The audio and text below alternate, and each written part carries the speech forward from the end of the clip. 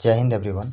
आज से हम लोग लूसेंट जीके की सीरीज स्टार्ट करने जा रहे हैं और इस बुक से आप लोग भाई परिचित होंगे। शायद ही कोई ऐसा स्टूडेंट होगा जो लूसेंट जीके बुक के बारे में ना जानता हो। लगभग हर स्टूडेंट जो कम्पिटिटिव एग्ज़ाम की तैयारी करता है उसके टेबल पे आपको ये बुक देखने को मिल जाएगी। तो आज से हम लोग इसको स्टार्ट करने जा रहे हैं और जैसा आप सभी को पता है कि बिहार दरोगा का एग्ज़ाम आपका जो है 18 और 21 जनवरी को पूरी तरह संभावना है कि उस तारीख को आपकी एग्ज़ाम ले ली जाएगी।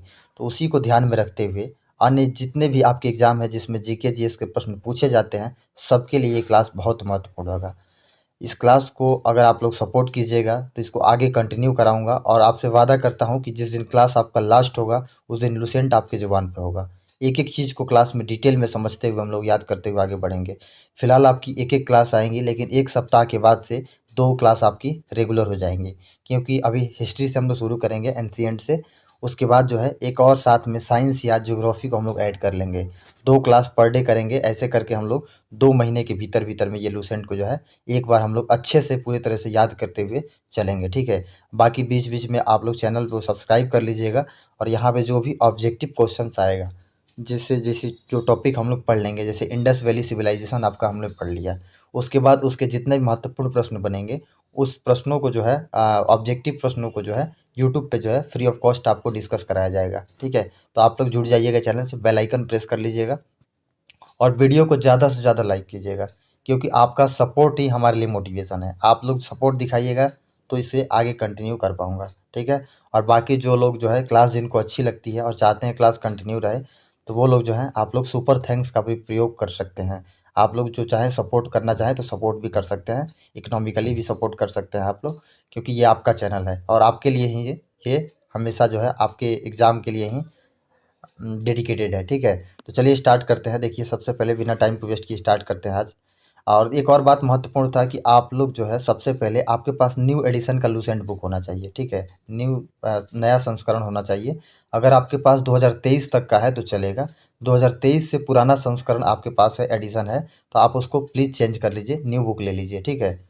तो चलिए आज का पहला टॉपिक देखते हैं हम लोग। विषय सूची में देखिए, यहाँ पे सबसे पहला विषय सूची में आता है आपका प्राचीन भारत। इसमें हम लोग प्राचीन भारतीय इतिहास के स्रोत को देखेंगे।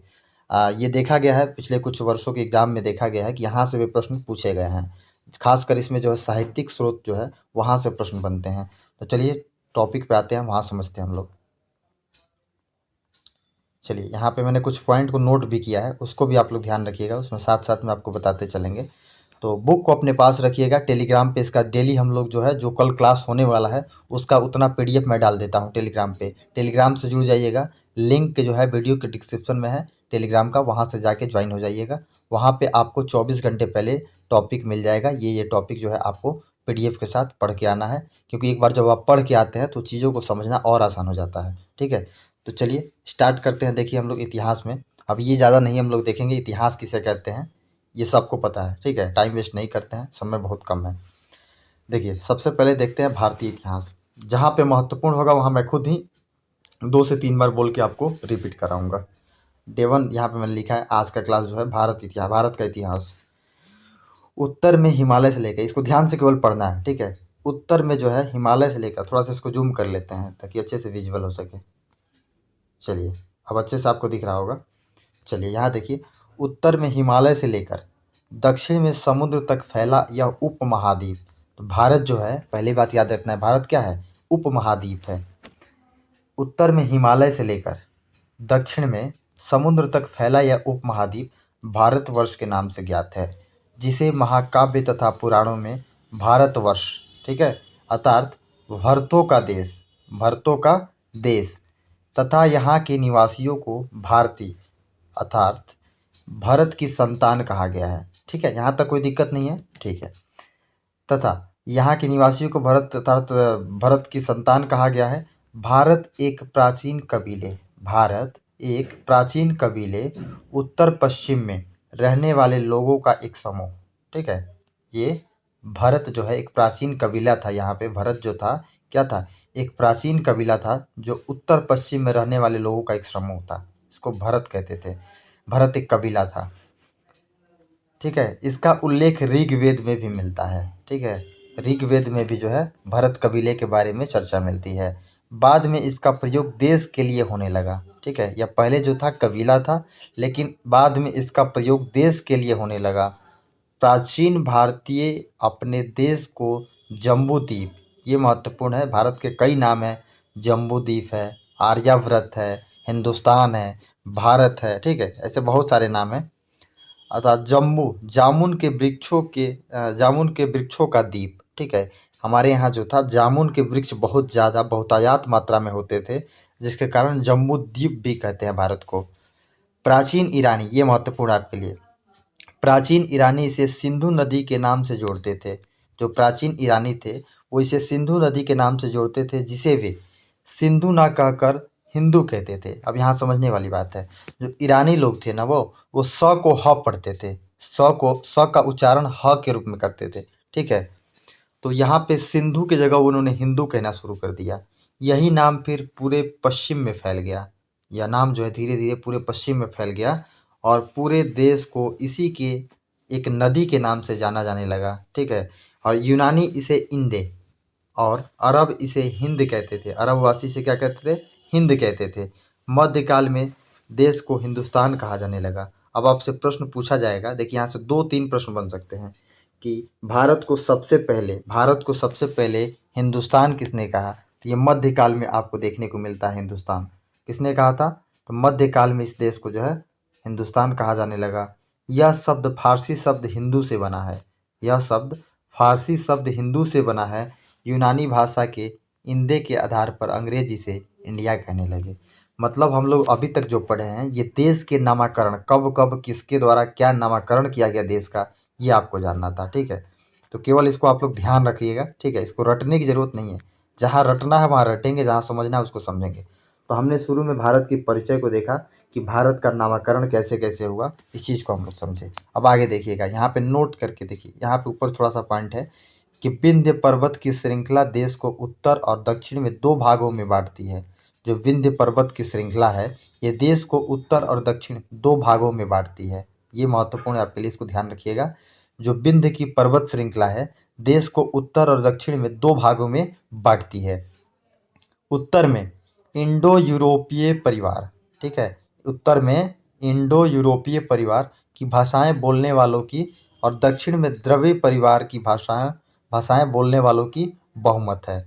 उत्तर में इंडो यूरोपीय भाषा और दक्षिण में द्रविड़ परिवार की भाषाएं बोली जाती है। भाषाओं के भी कई परिवार होते हैं, ठीक है, भाषाओं के भी कई परिवार होते हैं। इसके बारे में हम लोग को डिटेल में नहीं जानना है, बस इतना याद रखिएगा, उत्तर में इंडो यूरोपीय परिवार की भाषाएं बोलने वालों की संख्या बहुतायत थी और दक्षिण में जो है द्रविड़ परिवार में जो है दक्षिण में आपको द्रविड़ परिवार की भाषाएं बोली जाती थी। क्लियर? आपको याद हो रहा है या नहीं हो रहा है? आप लोग साथ साथ में अगर जो पॉइंट बोलने के लिए बोला जा रहा है आप लोग बोलिए, क्योंकि बोलने से चीज़ें लंबे समय तक आपको याद रहेंगी। और हम लोग क्लास का उद्देश्य केवल रीडिंग करना नहीं है, रीडिंग आपको करने आता है, जहाँ तक मुझे पता है रीडिंग हर बच्चे को करने आता है, लेकिन रीडिंग करना उद्देश्य नहीं है। हम लोग का उद्देश्य क्या है? क्लास में ही चीज़ों को याद कर लेना है। नोट में दिया है, ये देखिए, जो बॉक्स में बना के यहाँ पे जो भी दिया होगा पॉइंट, उसको बड़े ध्यान से देखिएगा, क्योंकि मैक्सिमम प्रश्न आपको वहीं से बनता है। भारत की जनसंख्या का निर्माण जिन प्रमुख नस्लों के लोगों के मिश्रण से हुआ है वे इस प्रकार हैं। अभी बीपीएससी 70th या 71st में पूछा गया प्रश्न था, किस प्रकार है देखिए, कैसे कैसे जो नस्ल हैं हमारे उनका मिश्रण है भारत की जनसंख्या में। देखिए, प्रोटो ऑस्ट्रेलाइड, उसके अलावा paleo Mediterranean, paleo Mediterranean, proto Australoid, Caucasoid, Negroid, क्या, निग्रॉयड और मंगोलाइड। चलिए फिर से इसको पढ़िए, कौन कौन से नस्लों का मिश्रण है भारत की जनसंख्या? तो प्रोटो ऑस्ट्रेलाइड, क्या है? Proto Australoid. फिर से paleo Mediterranean, proto Australoid, paleo Mediterranean और कॉकेसाइड, ठीक है, एक साथ बोलिएगा, प्रोटो ऑस्ट्रेलाइड, उसके बाद पैलियो मेडिटेरेनियन, उसके बाद कॉकेसाइड, उसके बाद निग्रॉयड, फिर मंगोलाइड। निग्रॉयड मंगोलाइड जैसे भी याद रहेगा, ठीक है। तो इतने प्रकार के नस्लों का मिश्रण है टोटल भारत की जनसंख्या। आगे देखिए, भारतीय इतिहास को अध्ययन की सुविधा के लिए 3 भागों में बांटा गया है। हम सभी लोग इतिहास पढ़ते हैं तो शुरू में इतिहास का परिचय पढ़ते हैं और फिर हम लोग देखते हैं कि इसको 3 भागों में बांट के पढ़ा जाता है, ठीक है। प्राचीन भारत, मध्यकालीन भारत और आधुनिक भारत, ये सबको पता है, यहाँ पे टाइम हम लोग वेस्ट नहीं करेंगे। अगला कह रहा है कि सबसे पहले इतिहास को 3 भागों में बांटने का श्रेय जर्मन इतिहासकार क्रिस्टोफ सेलियरस, ठीक है, क्रिस्टोफ सेलियरस को जो है जाता है। ठीक है, ये डेट आपको याद नहीं रखना है, कभी नहीं पूछेगा आपसे। ठीक है, सबसे पहले जो है इतिहास को 3 भागों में बांटने का श्रेय जो है जर्मन इतिहासकार थे, एक जर्मन हिस्टोरियन थे, इनका नाम था क्रिस्टोफ सेलियरस। ठीक है, ये याद रखिएगा, बस ध्यान रखिएगा। अब हमारा टॉपिक शुरू होता है प्राचीन भारत, यहाँ से हम लोग समझते हैं। आप लोग ज़्यादा से ज़्यादा क्लास को लाइक कीजिएगा और सुपर थैंक्स ज़रूर कीजिएगा। अगर आपको क्लास अच्छा लगता है, आपके लिए इतना मेहनत किया जा रहा है, तो आप लोग भी जो है गुरु दक्षिणा के रूप में ही आप लोग जो है चैनल को सपोर्ट कीजिए, क्योंकि आप लोग की सपोर्ट की सख्त आवश्यकता है, क्योंकि आप लोगों के सपोर्ट से ही सारी चीज़ें पॉसिबल है और भी आपके लिए बेहतर करने का प्रयास किया जा सकता है। तो आप लोग सपोर्ट ज़्यादा से ज़्यादा कीजिएगा। ठीक है, जितना आपका जो सपोर्ट करने का जितना आपके हो आप सामर्थ्य हो उतना ही कीजिएगा, लेकिन कीजिएगा ज़रूर। चलिए नेक्स्ट बात करें, प्राचीन भारतीय इतिहास के स्रोत। ठीक है, प्राचीन भारतीय इतिहास के स्रोत। तो यहाँ पे मैं आपसे कुछ बात करना चाहूँगा। देखिए, सबसे पहले बताइए, मैं पूछूँ आपसे कि कल क्या हुआ था, इसके बारे में आप कैसे पता कर सकते हैं? आप न्यूज़पेपर के थ्रू पता कर सकते हैं, आप सोशल मीडिया के थ्रू पता कर सकते हैं। लेकिन अगर मैं आपसे पूछूँ कि आज से 20 साल पहले क्या हुआ था, तो आप दादी नानी की कहानियाँ सुन कर के आप बता सकते हैं कि दादी नानी ऐसा कहा करती थी, ये 20 साल पहले हुआ था। लेकिन आपसे पूछा जाए कि हज़ारों वर्ष पहले क्या हुआ था, तो आप कैसे इस चीज़ को जानेंगे? इसके लिए जो है इतिहास के जानने के कुछ स्रोत होते हैं। ठीक है, इतिहास को जानने के कुछ स्रोत हैं, जिसमें कई प्रकार के स्रोत हैं जो आगे हम लोग डिटेल में देखेंगे। चलिए, प्राचीन भारतीय इतिहास के विषय में जानकारी मुख्यतः 4 स्रोतों से प्राप्त होती है। ठीक है, यहाँ पर स्पष्ट है कि भारतीय इतिहास को जानने के मुख्यतः कितने स्रोत? 4 स्रोत हैं। पहला है धर्म ग्रंथ। धर्म ग्रंथ पहला क्या है? धर्म ग्रंथ। धर्म ग्रंथ में आपका वेद, पुराण, महाभारत, जितने भी आपके वैदिक ग्रंथ हैं वो सभी आ जाएंगे। दूसरा है ऐतिहासिक ग्रंथ। अब ऐतिहासिक ग्रंथ में कौन कौन सा आ जाएगा? ऐतिहासिक ग्रंथ में आपका हो जाएगा जो भी आपका है, जैसे आपका हो गया अर्थशास्त्र, चाणक्य का अर्थशास्त्र है जो विष्णुगुप्त का। उसके अलावा बहुत सारे जो है पुराने जो ऐतिहासिक ग्रंथ है उनके थ्रू जो है आप जान सकते हैं। तीसरा आपका है विदेशी यात्रियों का विवरण। आप लोग पढ़ते हैं जितने भी विदेशी यात्री आए, चाहे वो फेनसोंग आया, फायान आया, मार्को पोलो आया, उत्बी आया, अल्बरूनी आया, बहुत सारे इतिहासकार जो हैं, बहुत सारे उस समय के जो है विदेशी यात्री आए और आते रहे थे। उन्होंने भी जो है भारत के बारे में कुछ ना कुछ अपनी पुस्तक जो है उसमें लिखा। इससे भी जो हम लोग भारत के बारे में इतिहास को जान सकते हैं। अगला है पुरातत्व संबंधी साक्ष्य। पुरातत्व संबंधी साक्ष्य भी जो आपको मिलते हैं, जैसे कहीं भी जो है खुदाई होती है, ज़मीन की खुदाई होती है, तो वहाँ से जो है आपको कुछ ना कुछ जो है क्या बोलते हैं, एविडेंस मिलते हैं, साक्ष्य मिलते हैं। इससे भी हम लोग जो है भारतीय इतिहास को जान सकते हैं। चलिए नेक्स्ट बात करें अब यहाँ से, धर्म ग्रंथ और ऐतिहासिक ग्रंथ। धर्म ग्रंथ एवं ऐतिहासिक ग्रंथ से मिलने वाली महत्वपूर्ण जानकारी। अब एक एक करके देखिए। भारत का सर्व प्राचीन धर्म ग्रंथ वेद है। ये सबको पता है कि भारत का सबसे प्राचीन धर्म ग्रंथ कौन सा है? वेद है। आप लोग बुक को सामने रखिएगा, बुक में जो पेज आपको कराया जा रहा है बुक को सामने रखिएगा फ्रंट पे, और वहाँ पे एक पेन लेकर के बैठिएगा। जो भी पॉइंट आपको लगता है इंपॉर्टेंट है, मैं जब आप बताता हूँ तो वहाँ पे उसको अंडरलाइन जरूर कीजिए, क्योंकि इसी चीज़ को आपको बार बार पढ़ना है। ठीक है, आप लोग उसको अंडरलाइन कर दीजिएगा जो भी बताया जाता है। मैं खुद बताऊंगा आपको कहाँ पे अंडरलाइन करना है। भारत का सर्व प्राचीन धर्म ग्रंथ वेद है, जिसके संकलनकर्ता महर्षि कृष्ण द्वैपायन वेद व्यास को माना जाता है। ठीक है, तो सबसे पहले याद रखिएगा, भारत का सर्व प्राचीन धर्म ग्रंथ वेद है, जिसके संकलनकर्ता महर्षि कृष्ण द्वैपायन वेद व्यास को माना जाता है। ठीक है, वेद व्यास, जो वेद जो है वसुधव कुटुम्बकम, ये शब्द कई बार पूछा जा सकता है कि वसुधव कुटुम्बकम जो है ये शब्द कहाँ से लिया गया है? ये वेद का है, वेद से लिया गया है। तो वेद वसुधव कुटुम्बकम का उपदेश देता है। ठीक है, वेद जो है वसुधव कुटुम्बकम का उपदेश देता है। इसका मतलब क्या होता है? पूरा विश्व जो है, पूरा विश्व आपस में परिवार है। पूरा विश्व क्या है? एक परिवार है। ठीक है, इसका मतलब यही होता है। और वसुधैव कुटुम्बकम की भावना है, तो किसी के प्रति हीन भावना, नीच भावना, किसी के प्रति गलत भावना नहीं रखना चाहिए। सभी लोग हम लोग आपस में क्या हैं? एक परिवार हैं। ठीक है, यही वेद उपदेश देता है। और भारतीय परंपरा वेदों को नित्य और अपौरुषेय मानती है। मतलब ये हुआ, अपरुषेय का सेंस ये हुआ कि इसकी रचना किसी इंसान या किसी पुरुष के द्वारा नहीं, ये देवताओं के द्वारा, ये दैवीय रूप से अपरुषेय, मतलब इसको, इसकी रचना पुरुषों के, किसी पुरुष के द्वारा नहीं की गई है, ये ईश्वर के द्वारा की गई है। अलौकिक रूप से जो है इसकी रचना हुई है, ये माना जाता है भारतीय परंपरा में।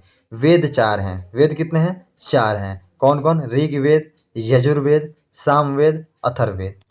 मैं मान के चलता हूँ आपको ये चीज़ पता होगा कि वेद 4 हैं। ऋग्वेद, यजुर्वेद, सामवेद, अथर्ववेद। देखिए, जो लोगों को पहले से पता है उनका रिवीजन हो जाएगा, लेकिन जो लोगों को नहीं पता है, बिल्कुल बेसिक से स्टार्ट किए हैं वो लोग करना, लेकिन उनको घबराने की ज़रूरत नहीं है। हम लोग जीरो से स्टार्ट कर रहे हैं, लेकिन एक समय ऐसा भी आएगा, कुछ दिनों के बाद एक ऐसा समय भी आएगा कि आप लोग भी जो है उस लेवल पे पहुंच जाएंगे, आपको भी चीज़ें क्लियर होने लगेंगे।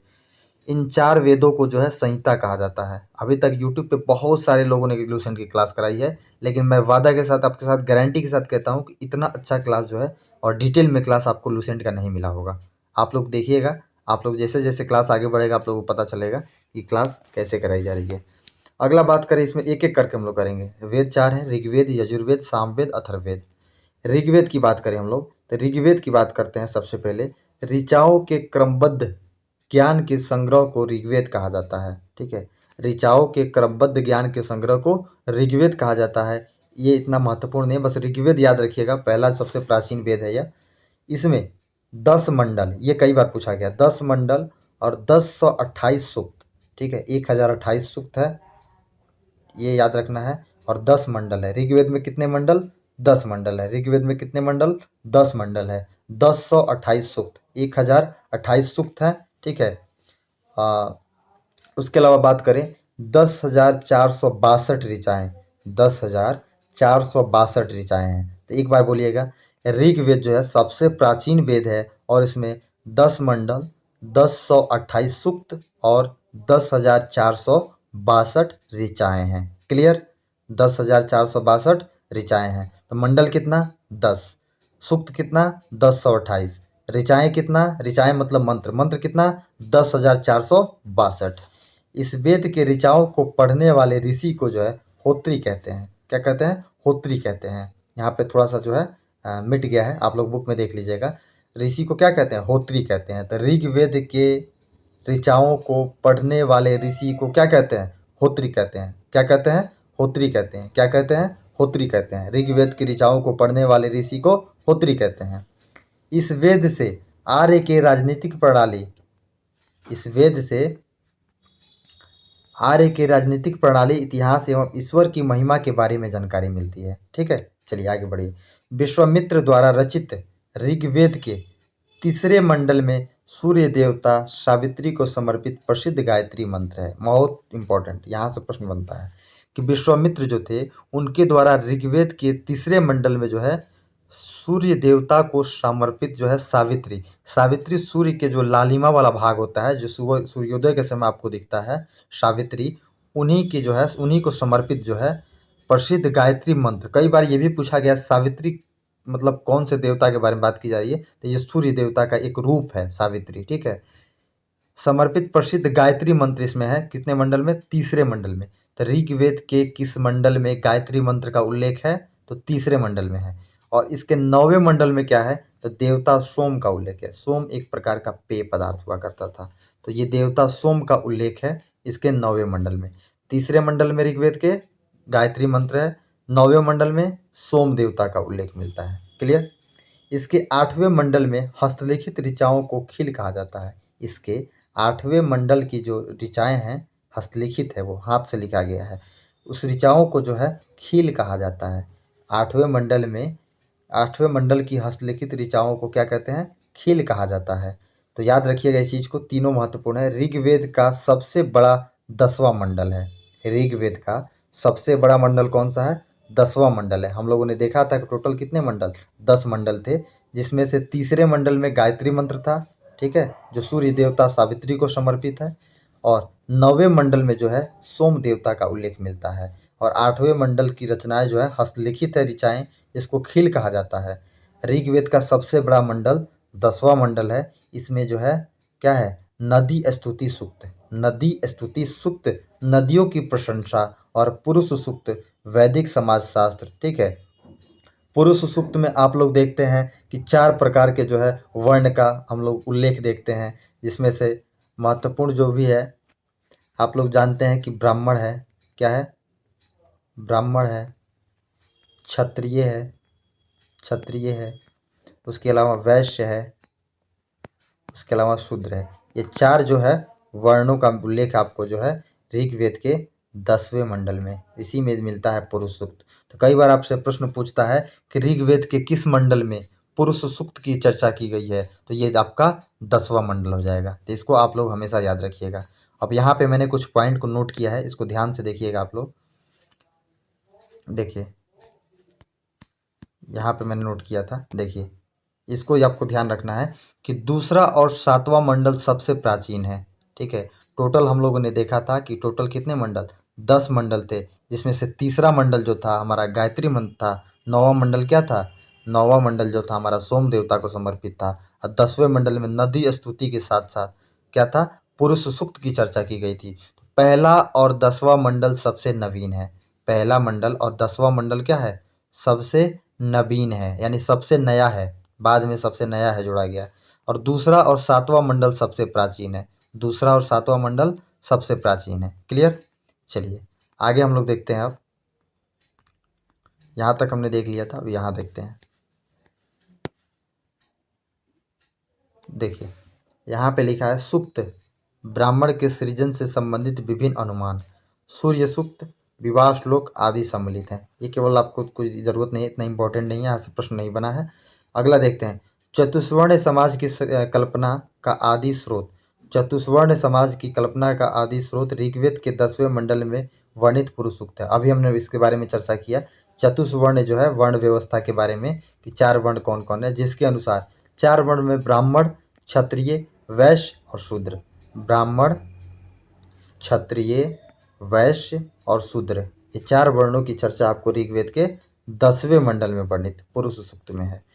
आदि पुरुष ब्रह्मा के क्रमशः मुख, भुजाओं और जंघाओं और चरणों से उत्पन्न हुए। ऐसा माना जाता है कि मुख से जो है ब्राह्मण, भुजाओं से क्षत्रिय, जंघाओं से वैश्य और चरणों से आपके शूद्र की उत्पत्ति मानी जाती है। क्लियर, इसके बारे में आप लोगों ने पहले से पढ़ा होगा, नहीं पढ़ा होगा तो आपने ये जान लिया। अगला बात करें, नोट, धर्म सूत्र 4 प्रमुख जातियों की स्थितियों, व्यवसायों, दायित्वों, कर्तव्यों तथा विशेषाधिकारों में स्पष्ट विभेद करता है।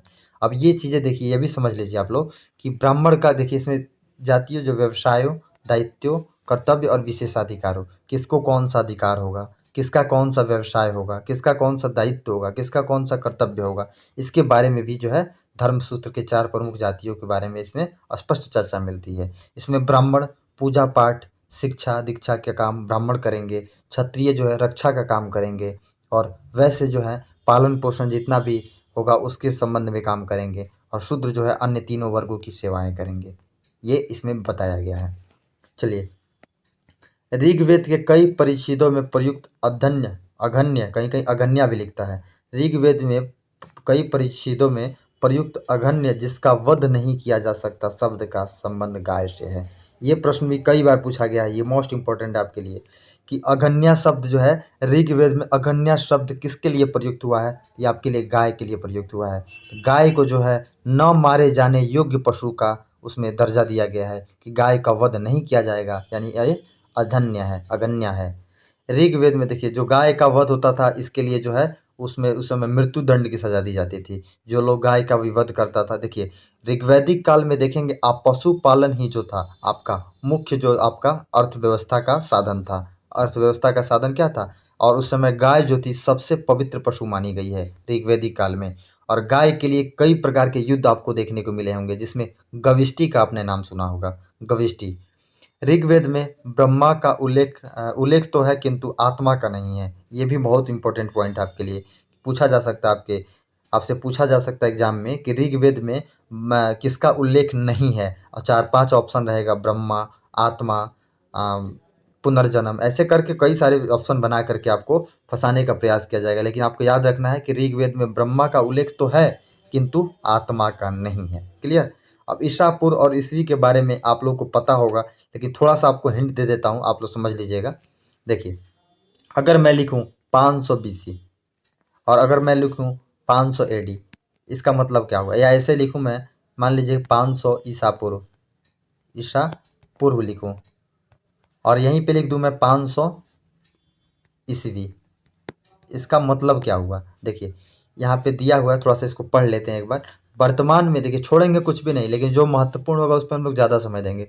वर्तमान में प्रचलित जो है ग्रेगोरियन कैलेंडर, यहाँ से प्रश्न बन सकता है, बिल्कुल बना है, कई बार क्वेश्चन पूछा गया है कि वर्तमान में जो हम लोग का कैलेंडर है शक संवत पर आधारित है, और इसमें जो कैलेंडर है ये कौन सा कैलेंडर है? Gregorian calendar. कौन सा? ग्रेगोरियन कैलेंडर, इसको याद रखिएगा। ईसाई कैलेंडर जो है जूलियन कैलेंडर, ईसाई धर्म के धर्म गुरु हुए ईसा मसीह।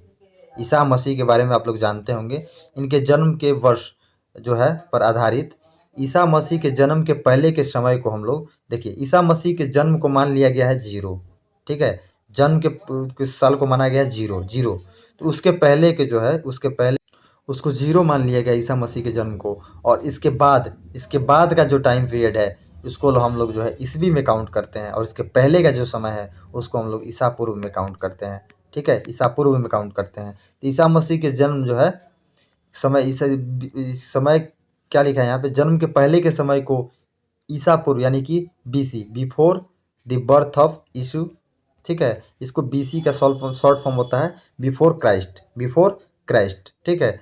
और ईसा पूर्व में वर्षों की उल्टी गिनती दिशा में होती है, जैसे महात्मा बुद्ध का जन्म 563 में और मृत्यु जो है 483, ठीक है, इसमें गिनती कैसे होती है? उल्टा होती है, जन्म 563 BC में और मृत्यु 483 ईसा पूर्व में, इसकी गिनती कैसे होती है? उल्टी होती है। यानी ईसा मसीह के जन्म के 563 वर्ष पूर्व महात्मा बुद्ध का जन्म हुआ था और मृत्यु 483 वर्ष पूर्व हुई थी। अब यहाँ समझिए, ईसा मसीह के जन्म को हमने 0 मान लिया, और इससे पहले BC का मतलब इससे पहले 563 साल पहले महात्मा बुद्ध का जन्म होता है और 483 साल पहले इनकी मृत्यु होती है, ठीक है, इसको ईसा पूर्व में काउंट करते हैं। और ईसा मसीह की जन्म तिथि के आरंभ हुआ सन ईस्वी सन कहलाता है, और इसके संक्षेप में जो है ईस्वी लिखा जाता है। ईस्वी को लैटिन भाषा के शब्द एडी में लिखा जाता है। एडी यानी जो है एनो डोमिनी, ठीक है, जिसका शाब्दिक अर्थ है in the year of Lord यीशु क्राइस्ट, ठीक है। देखिए अब यहाँ पे देखिए, इसको पढ़िए। विंसेंट आर्थर स्मिथ ने प्राचीन भारत का पहला सुव्यवस्थित इतिहास, अर्ली हिस्ट्री ऑफ इंडिया, ये पूछा गया है कई बार कि अर्ली हिस्ट्री ऑफ इंडिया जो है ये किसकी पुस्तक है? ये आपका किसका है? Vincent Arthur Smith, Vincent Arthur Smith की पुस्तक है। भारत का पहला सुव्यवस्थित इतिहास, early history of India, early history of India, Vincent Arthur Smith ने लिखा, 1904 में तैयार किया गया। इस पुस्तक के 1/3 भाग में केवल सिकंदर का आक्रमण वर्णित है। जो अर्ली हिस्ट्री ऑफ इंडिया है इसके 1/3 1/3 भाग में केवल सिकंदर के आक्रमण का वर्णन मिलता है।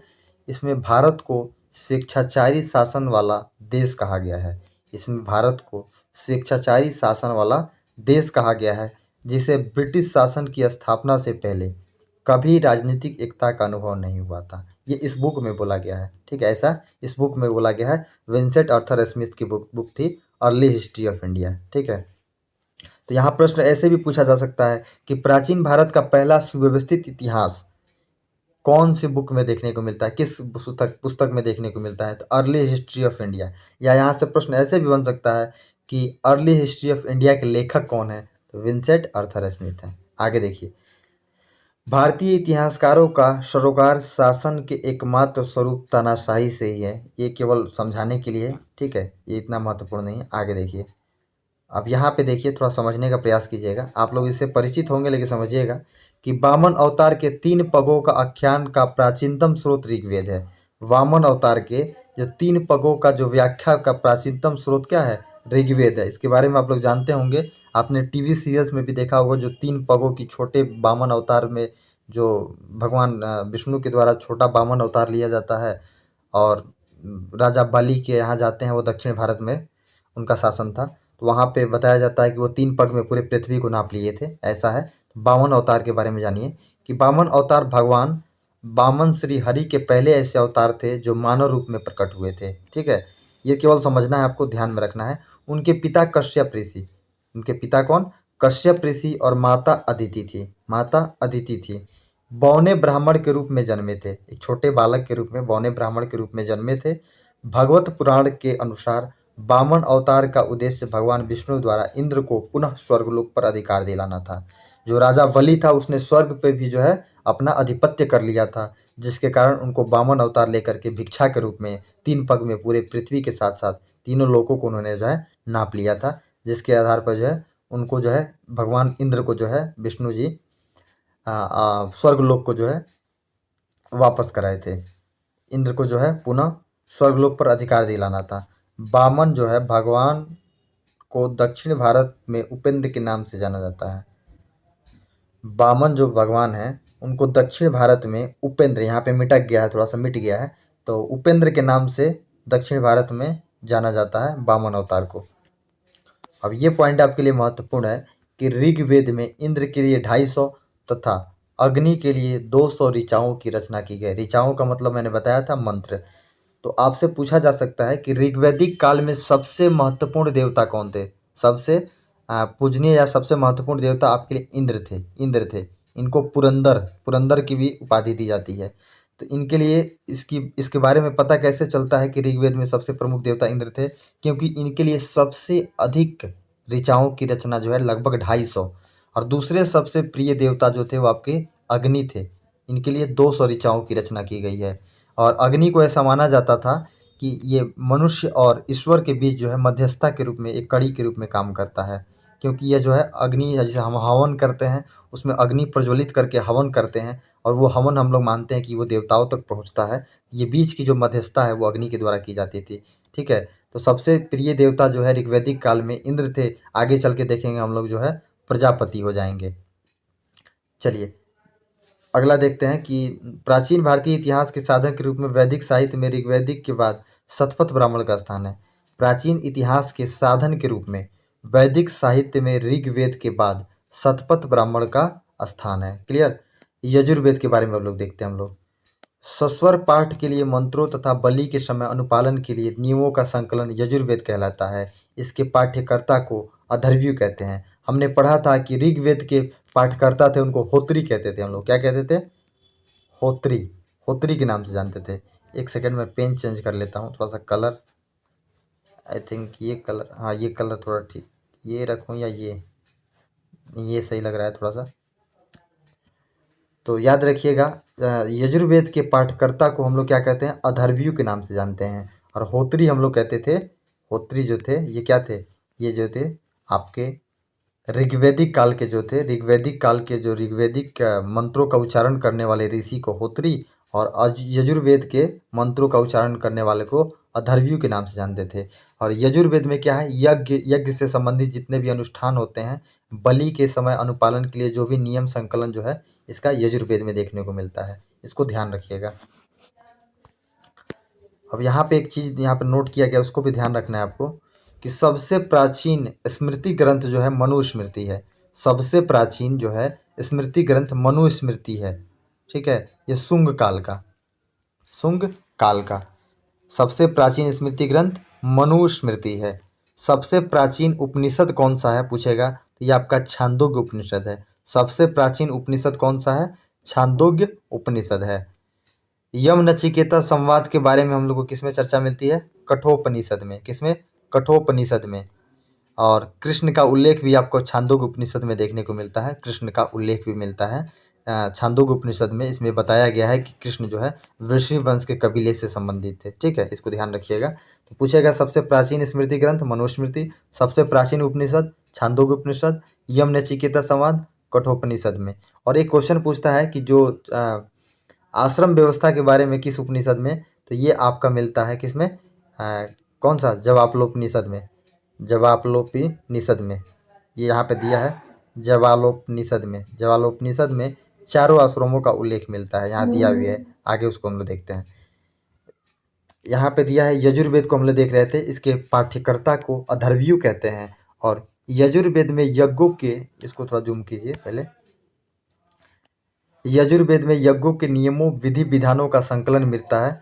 इसमें बलिदान की विधि का भी वर्णन है। मैंने अभी चर्चा किया था बलि यज्ञ और उसके नियम अनुष्ठान के बारे में इसमें चर्चा मिलता है।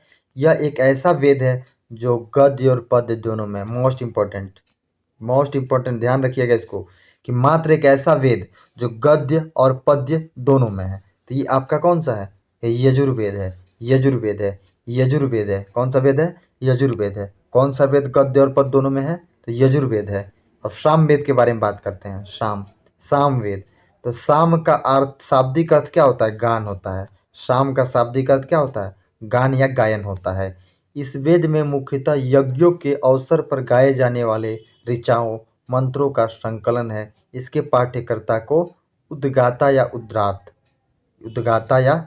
कहते हैं। आपको याद रखना है कि देखिए, सामवेद, साम का मतलब होता है गायन या गान। तो गान, ठीक है, तो गान को कौन? उद्गाता, गाता, क्या गाता? तो गान गाता। तो सामवेद में क्या है? सामवेद। तो सामवेद में क्या है? गान। साम का शाब्दिक अर्थ होता है गान। इस वेद में मुख्यतः जो मंत्र होते हैं उनको गाने के रूप में, एक तरह से उच्चारण के रूप में जो है, अवसर पर गाए जाने वाली ऋचाओं के मंत्रों का संकलन है इसमें। किसमें? सामवेद में। और इसके पाठ्यकर्ता को उद्गाता कहते हैं। याद रखिएगा, उद्गाता कहते हैं, उद्गाता कहते हैं। उद्रात, यहाँ पे उद्रात लिखा है लेकिन उद्गाता याद रखिएगा, ऑप्शन में आपको ज़्यादातर उद्गाता मिलता है। तो इसके सामवेद के उद्गाता। अब एक बार तीनों को हम लोग रिपीट करते हैं। तो सबसे पहले ऋग्वेद। तो ऋग्वेद के पाठ्यकर्ता को हम लोग क्या कहते हैं? होत्री कहते हैं। क्या कहते हैं? होत्री कहते हैं। उसके बाद हमने देखा था यजुर्वेद के पाठ्यकर्ता को अथर्वयु कहते हैं। और सामवेद के पाठ्यकर्ता को उद्गाता कहते हैं। क्लियर? इसका संकलन ऋग्वेद पर आधारित है। इसमें 1810 सूक्त हैं। कितने? 1810 सूक्त हैं। ये आपको याद नहीं रहे तब भी चलेगा, क्योंकि ऋग्वेद वाला आपको याद होना चाहिए कि 10 मंडल, 1028 सूक्त और 10,462 क्या थी? ऋचाएँ थी। ये तीनों पॉइंट आपको ध्यान में रखना है। चलिए नेक्स्ट देखते हैं। इसे भारतीय संगीत का जनक कहा जाता है। तो किस वेद को भारतीय, यहाँ से कई प्रश्न बनेंगे कि भारतीय संगीत का जनक कहा जाता है, तो आपको ऑप्शन क्या टिक करना है? सामवेद को। सामवेद को भारतीय संगीत का जनक कहा जाता है। क्लियर? और सामवेद का अर्थ होता है गायन। इसके पाठ्यकर्ता को उद्गाता और इसे भारतीय संगीत का जनक। कौन सा ऐसा वेद है जो गद्य और पद्य दोनों में है? यजुर्वेद है। कौन सा है? यजुर्वेद है। ठीक है, यहाँ पे हमने देखा था यह गद्य और पद्य दोनों में है, यजुर्वेद है। चलिए नेक्स्ट देखते हैं, अथर्ववेद के बारे में देखते हैं। सबसे नवीनतम वेद जो था आपका अथर्ववेद है। अथर्वा ऋषि द्वारा रचित इस वेद में कुल 731 मंत्र तथा लगभग 6000 पद्य हैं। इसकी रचना अथर्वा ऋषि के द्वारा, किसके द्वारा? अथर्वा ऋषि के द्वारा अथर्ववेद की रचना की गई है। इसमें टोटल जो है 731 मंत्र तथा 6000 पद्य हैं। ये याद ना भी रहे तो चलेगा। इसके कुछ मंत्र ऋग्वैदिक मंत्रों से भी प्राचीनतर हैं। ठीक है, इसके कुछ ऐसे मंत्र हैं इसमें से जो ऋग्वैदिक मंत्रों से भी क्या हैं? प्राचीनतर हैं, पुराने हैं।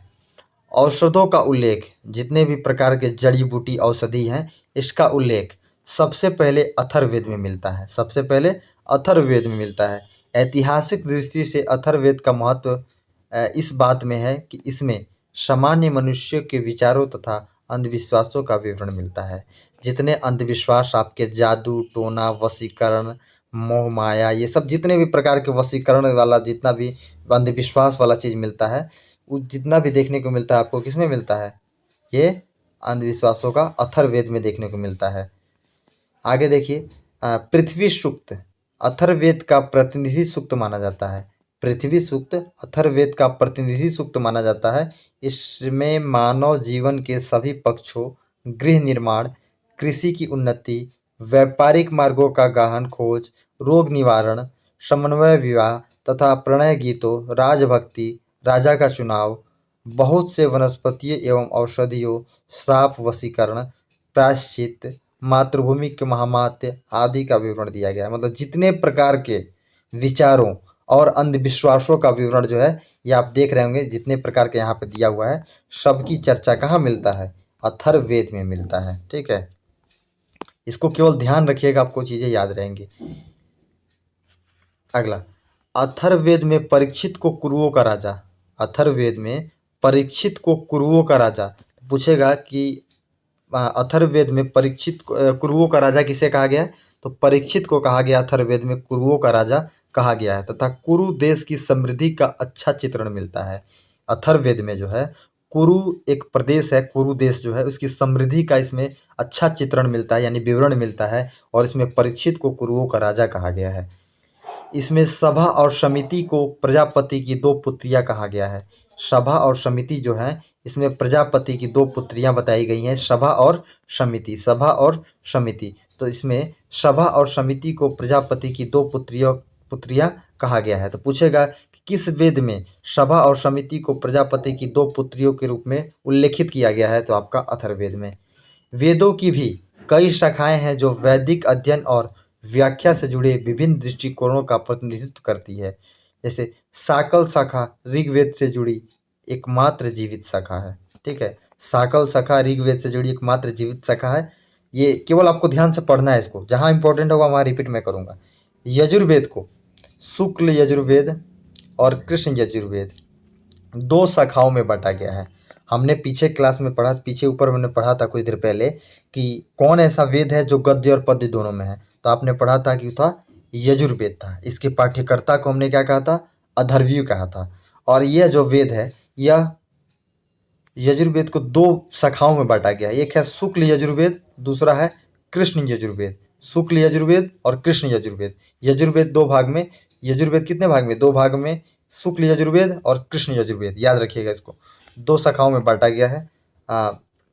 मध्यान्ह और काण्व शुक्ल यजुर्वेद अथवा वाजसनेय संहिता की शाखाएं हैं। कृष्ण यजुर्वेद से जुड़ी शाखाएं काटक, काष्ठिस्थल, कनिष्ठल, मैत्रायणी, तैत्तिरीय, कौथुम, रणायनीय और जैमिनीय। ठीक है,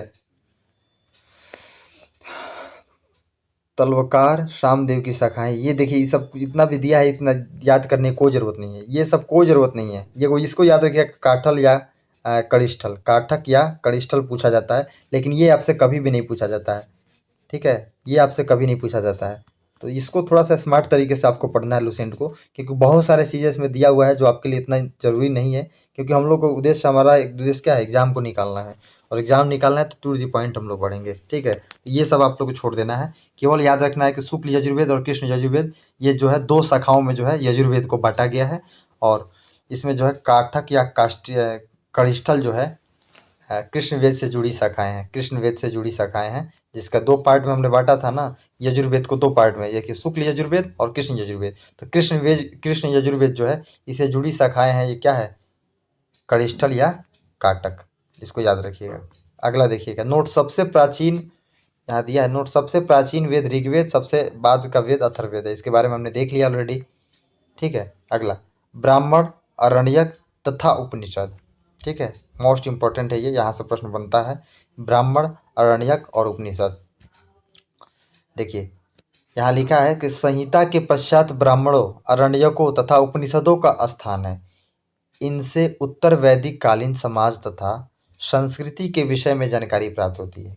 सिंपल समझिए, संहिता के पश्चात ब्राह्मणों, अरण्यकों तथा उपनिषदों का स्थान है। इनसे उत्तर वैदिक कालीन समाज, कौन सा समाज?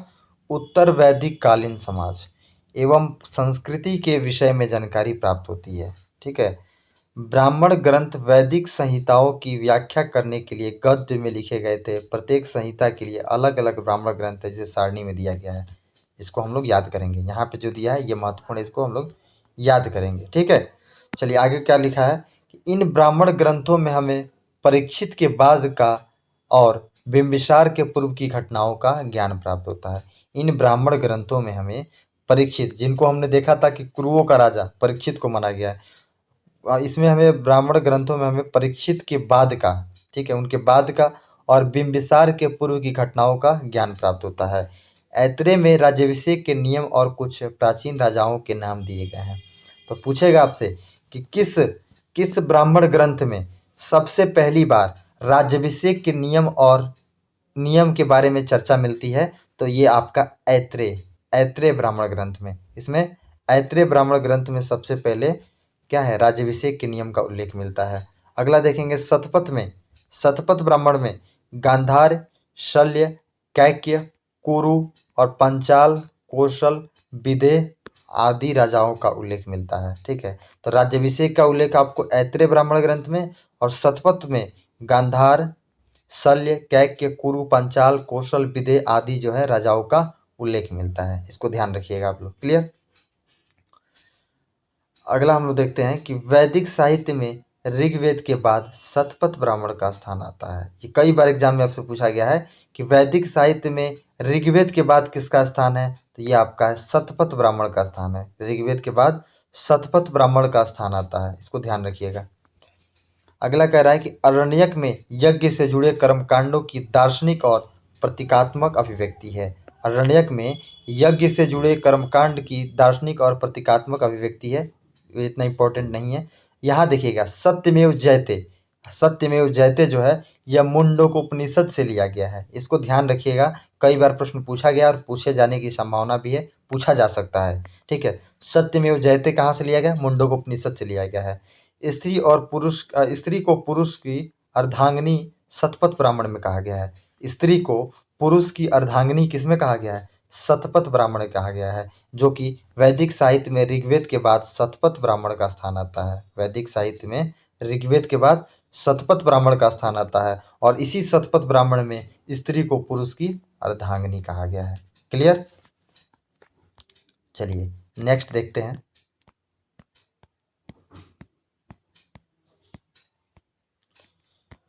यहाँ पे दिया है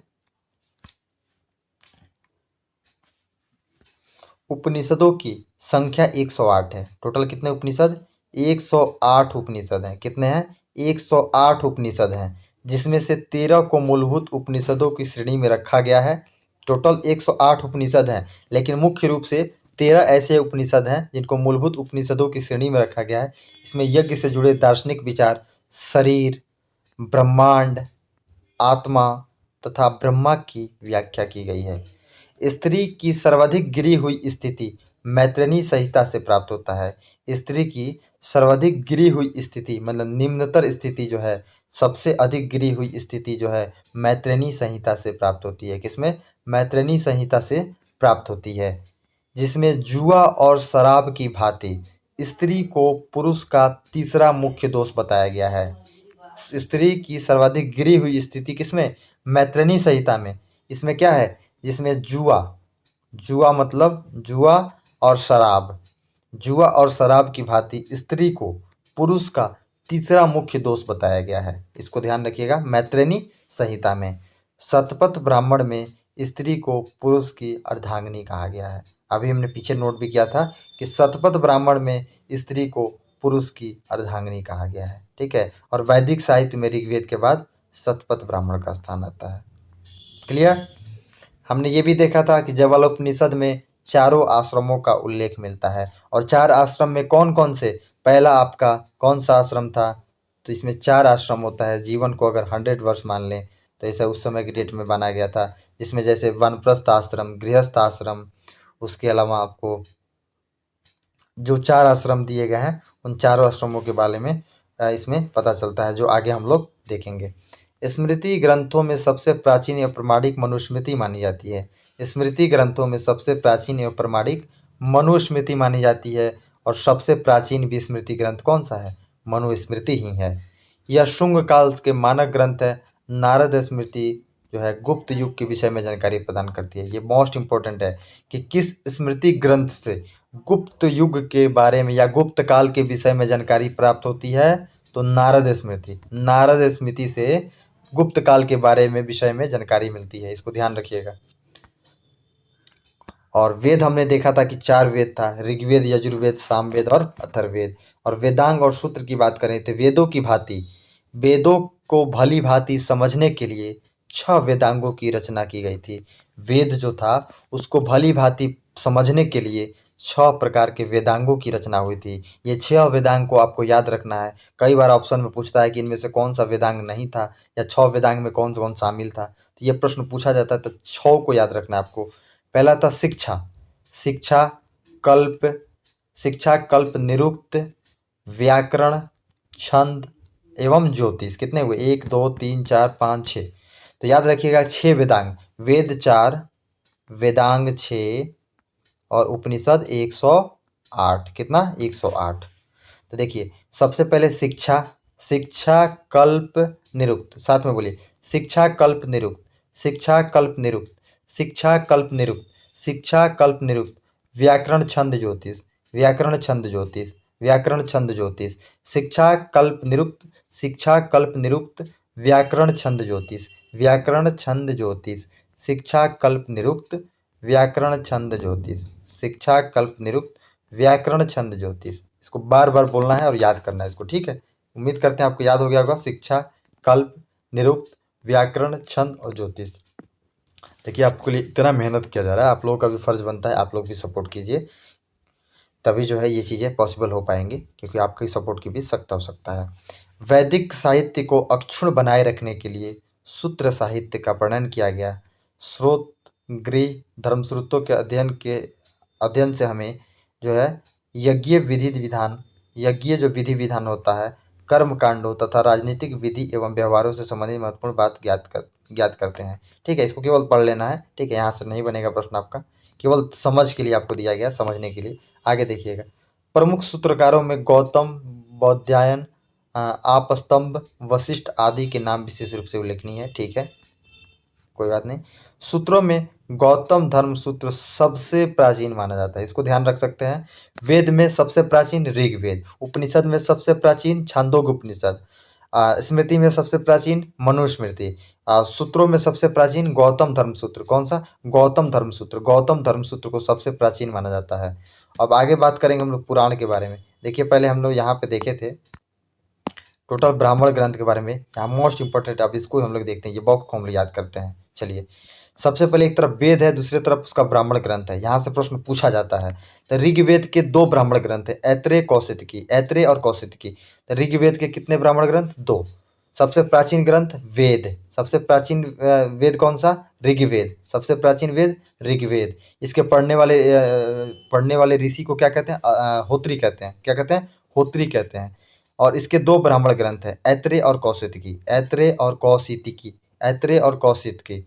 ऋग्वेद के 2 ब्राह्मण ग्रंथ कौन कौन है? ऐत्रेय कौशितकी, ऐत्रेय कौशितकी, ऐत्रेय कौशितकी। क्लियर? यजुर्वेद का तैत्तिरीय शतपथ, तैत्तिरीय शतपथ, तैत्तिरीय शतपथ। यजुर्वेद का कौन सा है? तैत्तिरीय शतपथ, तैत्तिरीय और शतपथ। सामवेद का कौन सा है? पंचविश, षड्विश और जैमिनीय। पंचविश और षड्विश, पंचविश षड्विश किसका है? सामवेद का ब्राह्मण ग्रंथ है। तो सामवेद का ब्राह्मण ग्रंथ पंचविश, षड्विश, पंचविश, षड्विश और जैमिनीय, पंचविश, षड्विश और जैमिनीय। यजुर्वेद का तैत्तिरीय और शतपथ। और ऋग्वेद का, यहाँ कंफ्यूजन हो सकता है ऐत्रीय और तैत्तिरीय में, याद रखिएगा ऋग्वेद, ऋग्वेद का ऐत्रीय, ऋग्वेद का ऐत्रीय और कौशितकी, यजुर्वेद का तैत्तिरीय और शतपथ, सामवेद का पंचविश और षड्विश और जैमिनीय। अथर्ववेद का एगो है गोपथ, अथर्ववेद का क्या है? गोपथ, गोपथ। ये तो सिंपल याद रहेगा आपको कि अथर्ववेद का क्या है? गोपथ है। अब एक बार ध्यान से देखिए, सबको देखते हैं। ऋग्वेद का ऐत्रीय और कौशितकी, ऋग्वेद का ऐत्रीय कौशितकी, यजुर्वेद का तैत्तिरीय और शतपथ, सामवेद का पंचविश, षड्विश और जैमिनीय, अथर्ववेद का गोपथ, अथर्ववेद का गोपथ। ठीक है, ये पॉइंट, ये टेबल आपके लिए मोस्ट इंपॉर्टेंट है, यहाँ से प्रश्न बनता है। और हम लोग उसके बाद कहाँ थे? हम लोग पुराण देखने वाले थे। कहाँ पे थे? पुराण। बुक को आप लोग भी साथ रखिएगा, यहाँ पे थे हम लोग। देखिए यहाँ पे क्या कह रहा है, पुराण। भारतीय ऐतिहासिक कथाओं का सबसे अच्छा क्रमबद्ध विवरण पुराणों में मिलता है। इसके रचयिता लोमहर्ष तथा इनके पुत्र उग्रश्रवा माने जाते हैं। इनकी संख्या 18 है। टोटल पुराणों की संख्या कितनी है? 18 है। 4 वेद, 6 वेदांग, 18 उपनिषद और 108 क्या था? 108 उपनिषद था। देखिए 4 वेद, 6 वेदांग, 18 पुराण और 108 उपनिषद, इसको ध्यान रखिएगा। तो इसमें जो है इसके जो रचयिता कौन है? तो पुराणों के रचयिता हैं लोमहर्ष और इनके पुत्र उग्रश्रवा। रचयिता कौन है? लोमहर्ष और इसके पुत्र थे उग्रश्रवा। इनको जो है इसके रचयिता माना जाता है। संख्या कितनी है? 18 है, जिसमें से केवल 5, इसको ध्यान रखिएगा, केवल 5 मत्स्य पुराण, कौन सा? मत्स्य पुराण, विष्णु पुराण और ब्राह्मण एवं भागवत में ही राजाओं की वंशावली पाई जाती है, जिसमें से केवल 5 में ही जो है पुराणों में, मत्स्य पुराण, विष्णु पुराण, ब्राह्मण एवं भागवत पुराण में ही राजाओं की वंशावली पाई जाती है। अब यहाँ से प्रश्न पूछता है, कई बार पूछा है कि पुराणों में मत्स्य पुराण सबसे प्राचीन एवं प्रामाणिक है। ठीक है, पुराणों में सबसे प्राचीन कौन सा है? मत्स्य पुराण है। देखिए, तो देखिए, वेदों में सबसे प्राचीन ऋग्वेद, इसको बार बार मैं रिपीट कर रहा हूँ, इसको याद रखना है। वेदों में सबसे प्राचीन ऋग्वेद, स्मृति में मनुस्मृति, पुराणों में मत्स्य पुराण, उपनिषद में छांदोग्य उपनिषद। ठीक है, स्मृति में कौन सा? स्मृति में कौन सा? स्मृति में कौन सा था? अभी आप लोग देखे थे कि बौद्ध, क्या था? इतना जल्दी आप लोग भूल जाते हैं, क्या था? बौद्ध धर्म सूत्र। सूत्रों में क्या था? बौद्ध धर्म सूत्र था, उसको भी ध्यान रखिएगा, बौद्ध धर्म सूत्र था। स्मृति ग्रंथों में सबसे प्राचीन था बौद्ध धर्म सूत्र। यहाँ पे देखिए, धर्म सूत्र में आगे वैसे ही हम लोग पढ़े थे, इसी में बौद्ध धर्म सूत्र। चलिए नेक्स्ट हम लोग बात करेंगे